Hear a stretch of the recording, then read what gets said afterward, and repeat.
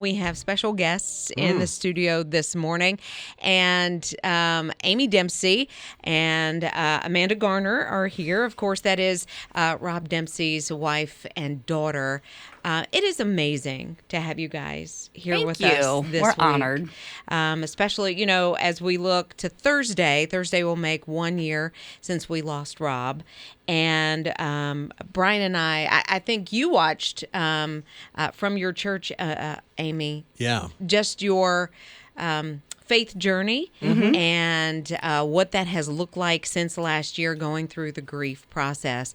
But just tell us where you are right now. Because every time we're out, because when we're out all the time and we get calls and people are like, please let the Dempsey family know we're praying for them.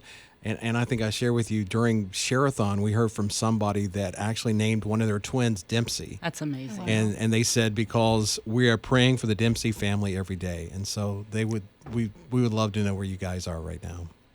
We are, I think, as we roll into this week, we're in a place of reflection of what this last year has been like. We are just trying to get past, I think, this 1 year anniversary. I think that's kind of had us all a little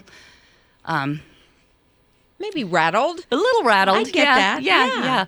But so that's where we are. And I spoke at church a couple weeks ago to the women of our church about my grief journey and what that looks like and what God has spoke to me. He has spoke to me so many times in the depths of my grief and despair. And so I'm just sharing that. Yeah. Well, so take us through this past year, because I know, when you have incredible loss like that, there are just days you feel like you can't get out of bed. You can't take another step. Well, I promise you, I didn't spend one day in bed. And what I decided early on is I purposed to never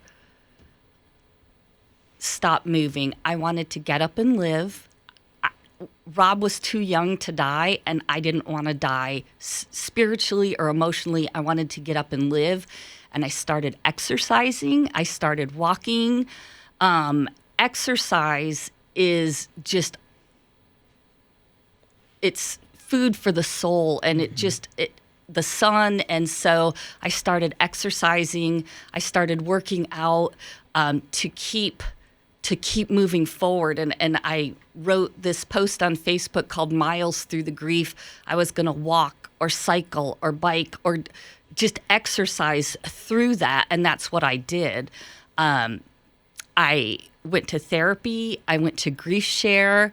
I listened to podcasts. I read books. I was very purposeful about my healing. Healing doesn't fall in your lap. It doesn't come to you without the work put in. And so what I decided to do early on was do everything within my power to become whole again, physically, spiritually, and mentally. And it's paid off. It really has. It has. And like Rob always said, messy stuff happens, life happens, but it's what we do with it. And I wanted to emulate sort of what Rob always talked about in his life is messy stuff happens, but it's what we do with it, how we can turn it around for his glory. And that's what I've really worked hard to do this year. And just tell other people that there's hope beyond grief. Life goes on. Of course, we miss Rob more than anything on this earth. I wish he didn't go to heaven, but knowing he's not suffering from cancer, like I have so many friends right now that are suffering from cancer, and I pray that, we can eliminate cancer from this world someday, but he didn't suffer, and he's with our Heavenly Father, and perfect. And he's perfect, so.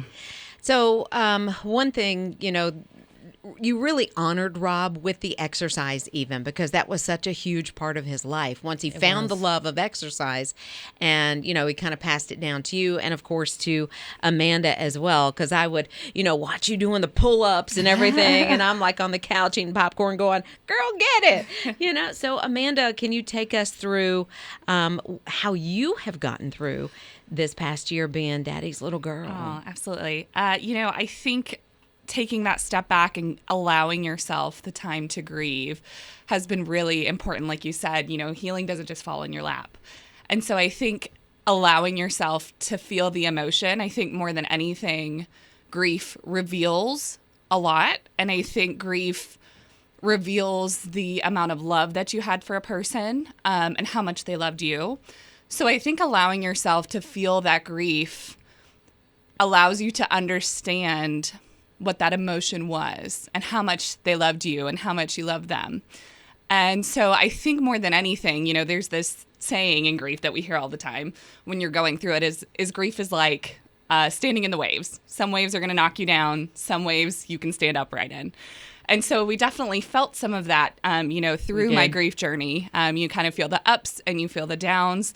But through it all, I think more than anything, I think it's just kind of growing in hope. As a Christian, death does not sting us anymore. We're inspired by that because we know we'll see them again. And we know Jesus has conquered death. And so I think for me, it's kind of understanding the feeling of grief and moving through it, and being hopeful through it all, even though it is painful, and allowing myself to stay in that emotion, but understanding that there's hope at the end. But for me, it was a lot of community. I kind of centered myself around a lot of my friends, and my family, and our church family, and being able to really kind of grow and be with the people that, love us most, I think has been really important to my journey. And I think Rob was so good about making sure that family unit, was so tight, and, you guys were always camping and always doing the things. And so just seeing, from the outside looking in, Amanda's husband, Brad, and his faith journey since this, Wes, your oldest son, and of course, Eli and Spencer, in the family. So do you want to speak into that a little bit and how it's affected like the family unit? Kind of a ripple effect there. Exactly. Yeah. Well, I shared in my testimony, I could see the kids all coming closer to God because we were searching, and they were searching, and trying to find answers to why. No, it's fine. I mean, this is hard. This is a hard subject. Yeah, I think, when you lose someone that's that important to you, I think there's a lot of looking into as we move forward through the rest of our lives. Dad gave us this hope through Christ. I mean, that was the center of his testimony. Yep. And I think for all of us, it was definitely a good look to go, Dad brought all this hope. I think one thing through the week of his passing, one thing that stood out to me the most was so many people were reaching out and saying, Rob touched me through his testimony, his love of Christ. And for us, I think even in death, I think we were inspired by Dad's relationship with Jesus Christ. And I think more than anything, I think it's how can we grow to be more like Dad and have that same impact. Wow. Yeah. Yes. I always said, because he was, Amanda, he was so proud of you. No. He talked about you all the time, all of his kids. And he talked about you, Amy, how you were the rock in the family. And he would always, and I would always I've told him over the years, he would always talk, well, we know his story and the childhood that he had. I said, dude, you broke the cycle. Yes, he did. It could have continued, but you said nope, and through Jesus, you broke the cycle. He says, and he would say it, I just hope my family knows how much I love them. And I said, dude, they do. You broke the cycle. And this is such a tough subject because we don't talk about grief. We don't, as a society, we don't talk about grief. And then people will say the silliest things sometimes in grief, and they mean well. They do. They just don't really know do. what to say. Exactly. Sometimes really- people don't know what to say. Yeah, and sometimes we just need presence or a hug, Yeah. and no words are needed at all. So I think Rob was more worried at the end about the family than he was worried about himself. Oh, he definitely He was like, yeah. I don't want to leave my family. I don't want to leave my wife. He was not happy about having cancer, but he Yeah. was so concerned about what would happen to us. Mm-hmm. And Yeah, I think that's one of the last things that he had said to It us was, and really the only time that I saw him break down. And it also spoke to me that this is more serious than I think we knew, because he was private about a lot of those things, and big strong Rob, cycling Full and of doing energy. exactly, and just to see that vulnerability really showed the depths of his love and his pride for you guys. But one thing that I know Brian and I ran into is how many people said he had just texted me. yes. Yeah. He had just reached out to me, and so he was doing things on the back end that none of us knew. The last thing he said to me was, "I'm proud of you," basically, for running the board. But that was who he was. He was. What would you, Amy, say to someone that is in the throes, the depths of their grief right now? What would you want them to know? Well, first of all, reach out. Don't sit in the dark and suffer. Reach out. I have an amazing church. I have an amazing small group. Those people loved us well. They wrapped their arms around us. And I said this in my testimony not too long ago. Don't wait until the hard times come to try and get into community. Get into community now. It's super important that we have those people around us that can encourage us and lift us up. Work at it. I wanted to work. I knew it was going to take work. Reach out for help. Counseling. I went to counseling. I'm still going to counseling. It gives me the tools to work through those days that have come that have been super, super hard. And Grief Share, Amanda and I attended a Grief Share at our church, 14 weeks. It was really, really hard to go through Grief Share. We started in January, so it was shortly after he passed away. But it really gave us the tools on a daily basis to work through things, stories, but it takes work. Yeah. It takes work. I read books and I listened to podcasts, and I really was purposeful not to isolate myself. That's really easy to do. You don't want people to see how vulnerable or how broken you are. So not isolating myself. The exercise, like I said, was instrumental in keeping me going. I think it washes out that grief. I said in my testimony, I would watch the sweat drip off my arms and envision the grief dripping away because it's work. And that work saved me, I think, just saved me from being stagnant, and it helped me move forward.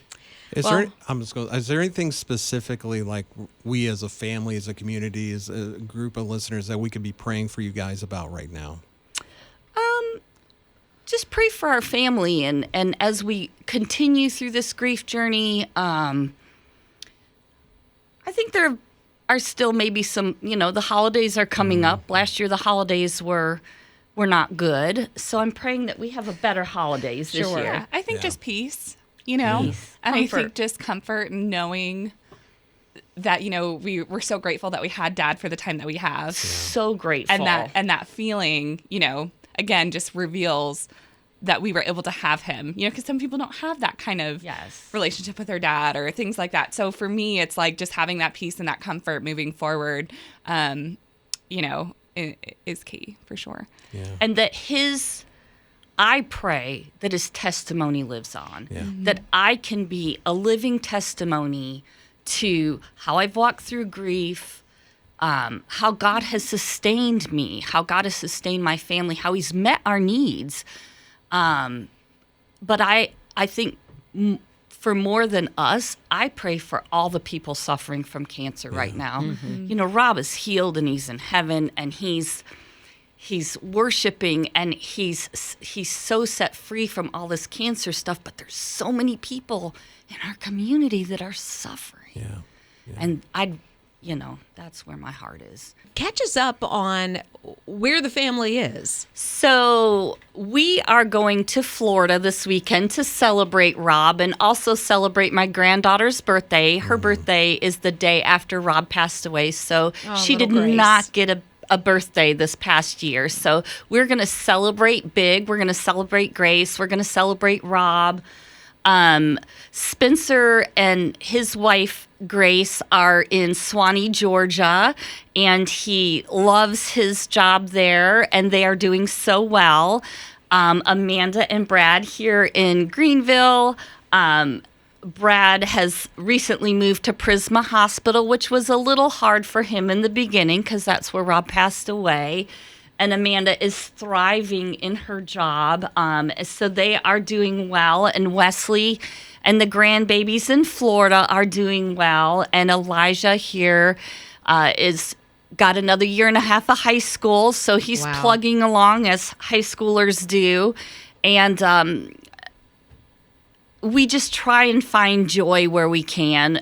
We when we have our bad days, we, like Amanda said, we work through those emotions. We recognize that that's okay to have those emotions and to feel that grief, but we try and move through it, not sit in it, but move through it. And but for me, what does the future hold? Liz asked me that, and I said, I'm not sure. I'm waiting on God for that answer. I love that. I've been praying for discernment. I've been praying for wisdom, how to move forward. I know right now I've got another year and a half with a high schooler in high school. So we're staying put here in Greenville. We love our community.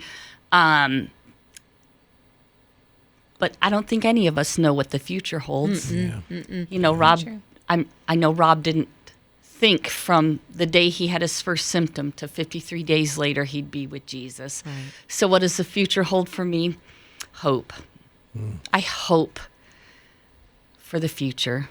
I know God has a plan for my life. I don't know that plan, and I'm praying he reveals that to me. But I continue to grow, continue to have faith, continue to exercise. And you look amazing. I know, I was going to say, you look amazing. Down 55 pounds.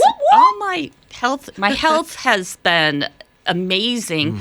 But just to love my family, be there for my family, be there for the kids. We're already planning Thanksgiving, so we've got Thanksgiving plans. Amanda's already passed out who's making what. Okay, she's an what are you amazing making? planner. She always makes the macaroni and cheese and turkey and the turkey. Yeah. So beyond that, waiting on the Lord. Well, I love the answer, and I love just hope. Yeah. You know, because grief is a hard thing to deal with when you lose the love of your life, your daddy. I get it. And it's he gave you that hope, He did. through Christ. Thank you for being here this morning and just We're sharing so your hearts. honored. And honestly giving back to your church family. Yeah. And those listening that are going through grief, because Using your platform right now to Exactly. help others. We don't think about those things. You know, we're married, we all have spouses. One of us isn't going to, one of us is going to outlive the other, and it's what we do with that. But like I said, I wanted to emulate Rob's testimony and Rob's journey with faith and strength and by trusting in the Lord with everything I have. Yeah. And that's what I've done. And I think Dad had a lot of hope too. And I think in the wake of his passing, I think if there's something that we can continue to live on, I think it's hope for the future and hope for Christ and continuing to move through that. well, I will say. And share Christ and share what Yes. he's done with us and share how we've leaned on him, not on ourselves, but leaned on God Yeah. to Well, get through this. Rob would be extremely proud. Yeah, thank you. He already was, Yeah. but extremely proud. Thank you guys for being so brave. Thank you for coming and sharing, and that hope that we all can have. I can say this from a station point of view, if this is okay. This staff the last year has come together like I've not seen in my whole time here. And I think back, the reason this staff come together was this is the staff that Rob put together. And he knew, and God knew, the staff that needed to be here. And I always talk about, we always have a birth date and we have a death date, and we got the dash in between, and we're responsible for that dash. And I don't know of anybody that packed more into their dash than what Rob Dempsey did. He did. Thank you. So we love you guys. We love Thank you. Thank you for coming. Thank you, listening community, for praying for our Yeah. family. Thank you for reaching out. Thank you for supporting this radio station. Radio is how Rob and I both came to know Christ. And with your support of this radio station, his message moves forward. And without radio, without Christian radio, Rob wouldn't have been able to make the impact he did in the community. It impacted my life. So I'm so grateful for all the listeners that support this radio station, support the ministry going forward. We don't know how many people radio touches Yeah. Yeah. for Christ.